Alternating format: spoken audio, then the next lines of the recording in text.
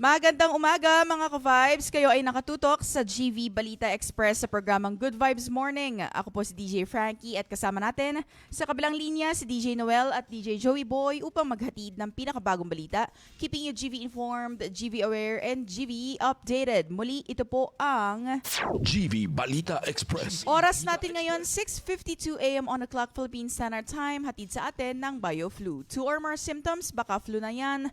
I-BioFlu na. At dako na tayo sa ating headlines balita.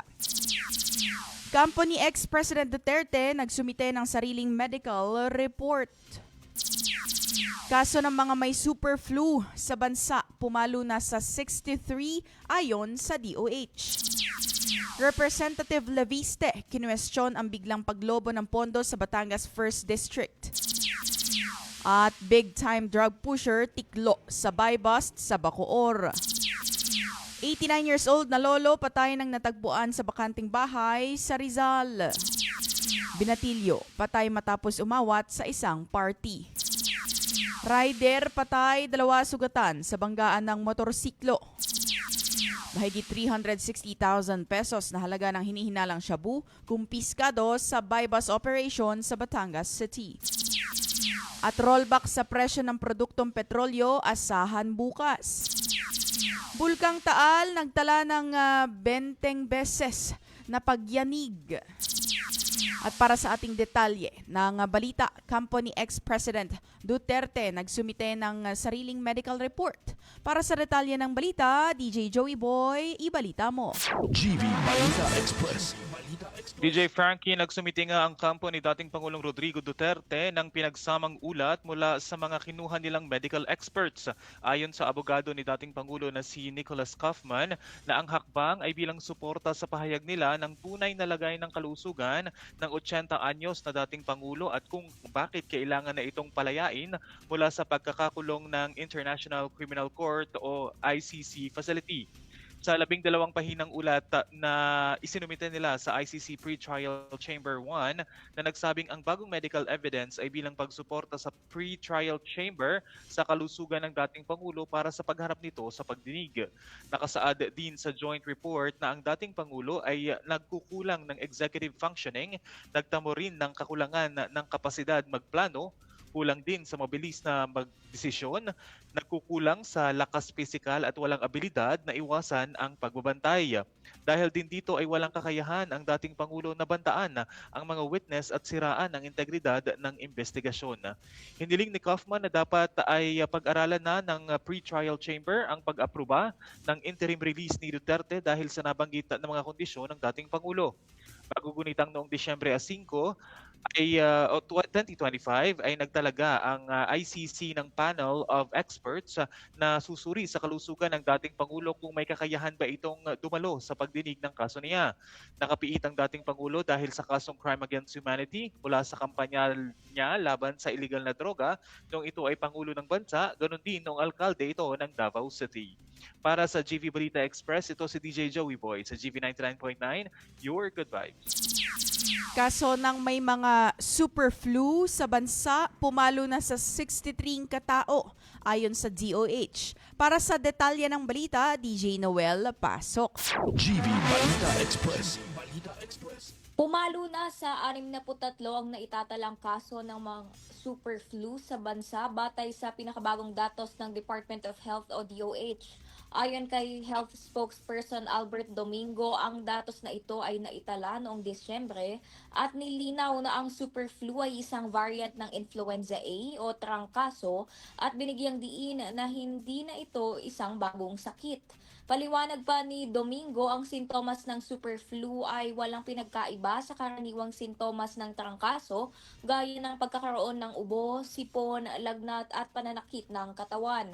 Sa kabila nito ay binigyang diin din ng kagawaran na madalas talagang tumataas ang kaso ng mga respiratory infections sa mga panahon na ito dahil na rin sa pagbabago sa panahon. Binigyang linaw rin ni Domingo na dahil ngayon ay Enero, malaki pa rin ang posibilidad ng pagkakaroon ng pagbabago sa panahon kaya posible ring magkaroon ng irritation sa ilong at lalamunan ang publiko. Samantala, hinikayat naman ng DOH ang publiko na magsuot ng face masks bilang proteksyon at pag-iingat sa ganitong mga sitwasyon at hindi aniya nangangahulugan na lumalala o infectious ang pagkakaroon ng flu. Para sa GV Balita Express, ito si DJ Noel sa GV 99.9, Your Good Vibes. At Representative Leviste, kunestyon ang biglaang paglobo ng pondo sa Batangas 1st District. At para sa detalye ng balita, GV Balita Express. kwestiyon ni Batangas 1st District Representative Leandro Legarda Leviste ang biglaang pagtaas ng pondo para sa kanyang distrito sa ilalim ng 2026 National Budget. Ayon kay Leviste, mula sa mahigit 1 bilyong pisong panukala sa National Expenditure Plan, umabot ito sa mahigit 3 bilyong piso sa pinal na General Appropriations Act. Sinabi niyang may dagdag na higit 2 bilyong piso na hindi malinaw ang pinagmulan. Kasama umano sa mga proyekto ang daan, tulay, water systems, gusali ng paaralan at evacuation centers. Giit ni Leviste, dapat maging transparent ang paglalagay ng pondo upang maiwasan ang ghost at substandard projects. Para sa GV Balita Express, ako po si DJ Frankie. Sa GV 99.9, Your Good Vibes. At isang big-time drug pusher arestado sa bypass sa Bacoor. Para sa detalye, DJ Joey Boy, ibalita mo. GV Balita Express. Arestado ang isang driver na itinuturing na big-time drug pusher at high-value individual sa isinagawang bypass operation sa Molino, Paliparan Road sa Bacoor City, Cavite. Ayon sa ulat ng PIDEA Cavite Provincial Office, bandang alas 4:30 ng hapon nang ikasaang operasyon ng pinagsanib na puwersa ng PIDEA, Maritime Police at Bacoor City Police. Kinilala ang suspect na si alias James, 30 anyos at residente ng Dasmariñas City. Nakumpiska sa kanya ang 2 plastic bag na naglalaman ng humigit kumulang 200 gramo ng hinihinalang shabu na nagkakahalaga ng mahigit 1,300,000 piso. Na-recover rin ang buy-bust money na ginamit sa operasyon. Mahaharap ang suspect sa kasong paglabag sa Comprehensive Dangerous Drugs Act of 2002 at kasalukuyang nakakulong sa PIDEA Regional Office 4A Custodial Facility sa Laguna. Para sa GV Balita Express, ito si DJ Joey Boy sa GV 99.9, Your Good Vibes. 89 years old na lolo patay na natagpuan sa bakanting bahay sa Rizal. Para sa detalye ng balita, DJ Noel, ibalita mo. GV Balita Express. Patay na ng matagpuan ang isang 89 na taong gulang na lolo sa loob ng isang bakanting bahay sa Baras Rizal, Huwebes ng gabi. Ayon sa Baras Municipal Police, duguan at nakahandusay ang biktima sa comfort room ng bahay. Kinilala ang biktima sa alias na Junicio, residente ng naturang barangay. Batay sa salaysay ng anak, inireport muna bilang missing person ang biktima matapos itong mawala noong umaga. Patuloy ang backtracking at fast-tracking ng pulisya upang matukoy ang posibleng suspect sa krimen. Samantala, sa Binangonan, isa ring bangkay ng lalaki ang nadiskubri matapos ireklamo ng residente ang masangsang na amoy sa lugar. Para sa GV Balita Express, ito si DJ Noel sa GV 99.9, Your Good Vibes. Binatilyo patay matapos umawat sa away sa isang party. Para sa detalye ng balita, GV Balita Express. patay ang isang 17 anyos na lalaki matapos tagain sa noo habang umaawat sa isang gulo sa isang birthday party sa Binangonan, Rizal. Ayon sa pulisya, armado ng butcher knife ang suspect. Napilit isinasama ang kanyang nobya kahit tumatanggi na ito. Nang mamagitan ang biktima, dito siya tinaga sa ulo ng suspect. Nagkaroon ng maikling suntukan bago tuluyang bumagsak at mawala ng malay ang biktima. Isinugod siya sa ospital ngunit idineklarang dead on arrival. Patuloy namang tinutugis ng pulisya ang suspect na mabilis na tumakas matapos ang insidente. Para sa GV Balita Express, ako po si DJ Frankie. Sa GV 99.9, Your Good Vibes. Isang rider patay, 2 sugatan sa banggaan ng motorsiklo. Para sa detalye, DJ Joey Boy, pasok. GV Balita Express. Patay ang isang rider habang sugatan ang dalawa pa sa naganap na banggaan ng dalawang motorsiklo sa Binangonan, Rizal madaling araw ng Huwebes. Ayon sa ulat ng pulisya, binabagtas ng isang motorsiklo ang Manila East Road nang biglang kumaliwa ang isa pang motorsiklo mula sa kasalubong na lane. Dahil dito ay nagsalpukan ang dalawang sasakyan at tumilapon ang mga sakay. Idineklarang dead on arrival sa ospital ang rider na si alias Fernan, 31 anyos. Ginagamot naman sa magkahiwalay na ospital ang sugatang back rider at ang isa pang rider. Pinapaalalahanan ng pulisya ang mga motorista na magdoble ingat, lalo na sa pagliko at pagmamaneho sa gabi. Para sa GV Balita Express, ito si DJ Joey Boy sa GV 99.9, Your Good Vibes. Mahigit 360,000 pesos na halaga ng hinihinalang shabu kumpiskado sa bypass operation sa Batangas City. Para sa detalye ng balita, DJ Noel, pasok. GV Balita Express. DJ Frankie na aresto ng mga tauhan ng Batangas Component City Police Station ang isang high-value individual sa isinagawang bypass operation nitong ika-11 ng Enero, mag-aalas 5 ng hapon sa Barangay Gulod-Labak, Batangas City. Arestado ang suspect na kinilalang si alias Dante na kumpiska sa nasabing operasyon ang plastic sachets ng hinihinalang shabu. Tinatayang may kabuuang timbang na 53 grams at may standard drug price na 360,000 pesos. Kasama rin sa nakuha sa kanya ang isang coin purse, bypass money at boodle money. Ang suspect ay kasalukuyang nasa kustodiya ng Batangas Component City Police Station.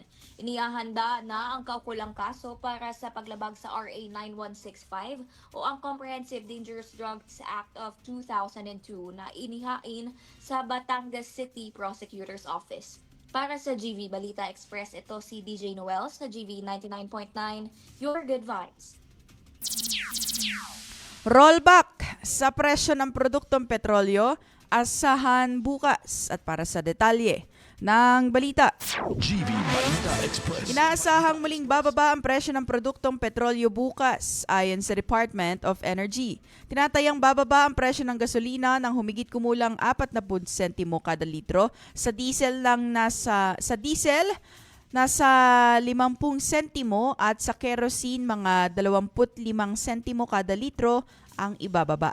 Nilinaw ng Department of Energy na ang mga numerong ito ay estima pa lamang at hindi pa kasama ang operating cost at iba pang dagdag presyo ng mga kumpanya. Para sa GV Balita Express, ako po si DJ Frankie. Sa GV 99.9, Your Good Vibes. At Bulkang Taal nakapagtala ng 20 pagyanig. Para sa detalye ng balita, DJ Joey Boy, ibalita mo. GV Balita Express.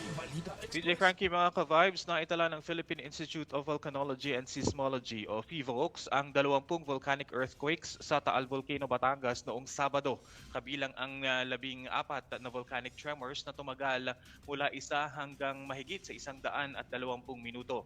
Naglabas din ang bulkan ng mahihinang plume na humimlay patimog kanluran at nananatili sa alert level 1 o low level unrest ang Taal.